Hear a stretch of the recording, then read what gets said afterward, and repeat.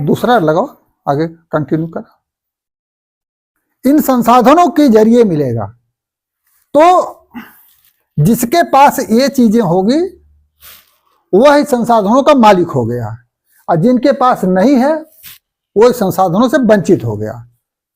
तो संपत्तिवान वर्ग, संपत्ति विहीन वर्ग, जो इन संसाधनों का मालिक है वो संपत्तिवान हो गया, और जो इन संसाधनों से वंचित हो गया वो संपत्ति विहीन हो गया। अब इसका समाज में क्या संबंध है? इसका समाज में संबंध क्या है?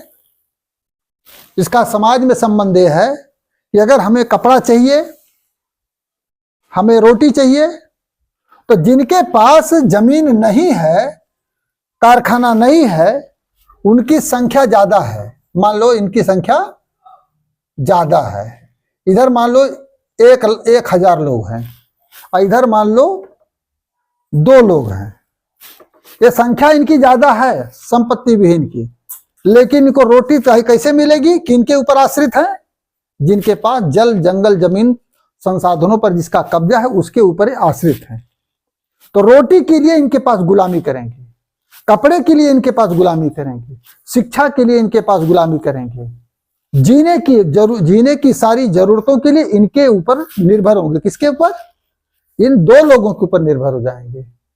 जिसके पास संसाधनों पर कब्जा होगा, संख्या इनकी ज्यादा है, लेकिन ये इनके गुलाम हो जाएंगे, क्योंकि इनकी जरूरतें कैसे पूरी होगी? जब इनके यहां दास्ता करेंगे, इनके पास जाएंगे। जैसे गांव में खेत किसी का है और जाकर के उसके खेत में बोने जोतने का काम, जिसके पास जमीन नहीं बोने जोतने का काम करता है। कारखाना मालिक लगा दिया है, कारखानेदार लगा दिया, लेकिन उस कारखाने में काम कौन करता है? मजदूर करता है। तो मेहनत मजदूर करता है, उत्पादन मजदूर करता है, लेकिन मालिक वो नहीं होता है। कपड़ा बनाएगा लेकिन कपड़ा पहनने को नहीं पाएगा, अनाज पैदा करेगा लेकिन खाने को नहीं पाएगा, जूता बनाएगा लेकिन पहनने को नहीं पाएगा। इस तरीके से सारी चीजों पर ये संख्या इनकी ज्यादा है संपत्ति विहीन वर्ग की, जिनको कहते हैं गरीब और पुअर कहते हैं, और इसको कहते हैं संपत्तिवान को रिच और अमीर कहते हैं। तो इन दोनों लोगों के बीच में लड़ाई है। किस बात की लड़ाई है? उत्पादन के साधनों पर कब्जा करने की लड़ाई है। उत्पादन के साधन क्या है? जल है, जंगल है, जमीन है, ये उत्पादन के साधन है। उन्हीं उत्पादन के साधनों पर, चूंकि उत्पादन के जो साधन है, प्रोडक्शन का जो वो है संसाधन है, ये इनके पास है, तो यह लोग हमेशा इनकी गुलामी करते हैं। तो लड़ाई किस लिए संघर्ष है इनके बीच में? यह शोषण से मुक्ति चाहता है और यह शोषण सदैव करने चाहता है।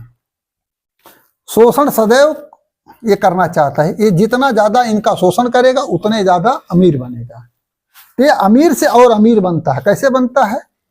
जब इनके श्रम का शोषण करता है, इनकी मेहनत का शोषण करता है, इनकी आवश्यकताओं के बदले छोटी सी आवश्यकता पूरी करेगा और ज्यादा से ज्यादा हासिल कर लेगा, उनका श्रम की चोरी कर लेगा, तो ये दौलत का पहाड़ खड़ा करते चला जाता है। ये दौलत का पहाड़ खड़ा कर ले जाएगा, और एक तरफ दौलत का पहाड़ खड़ा होगा तो दूसरे तरफ क्या होगा?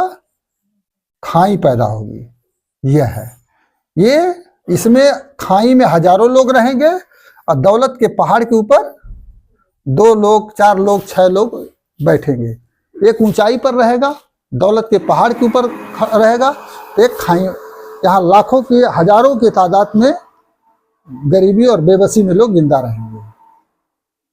तो यह अपने अपने, इनका हित क्या है? ये भोजन के लिए, रोटी के लिए संघर्ष करते हैं, जीवन की आवश्यकताओं की पूर्ति के लिए संघर्ष करते हैं। इस संघर्ष को लेकर के ये इनसे स्ट्रगल करते हैं, लड़ाई करते हैं।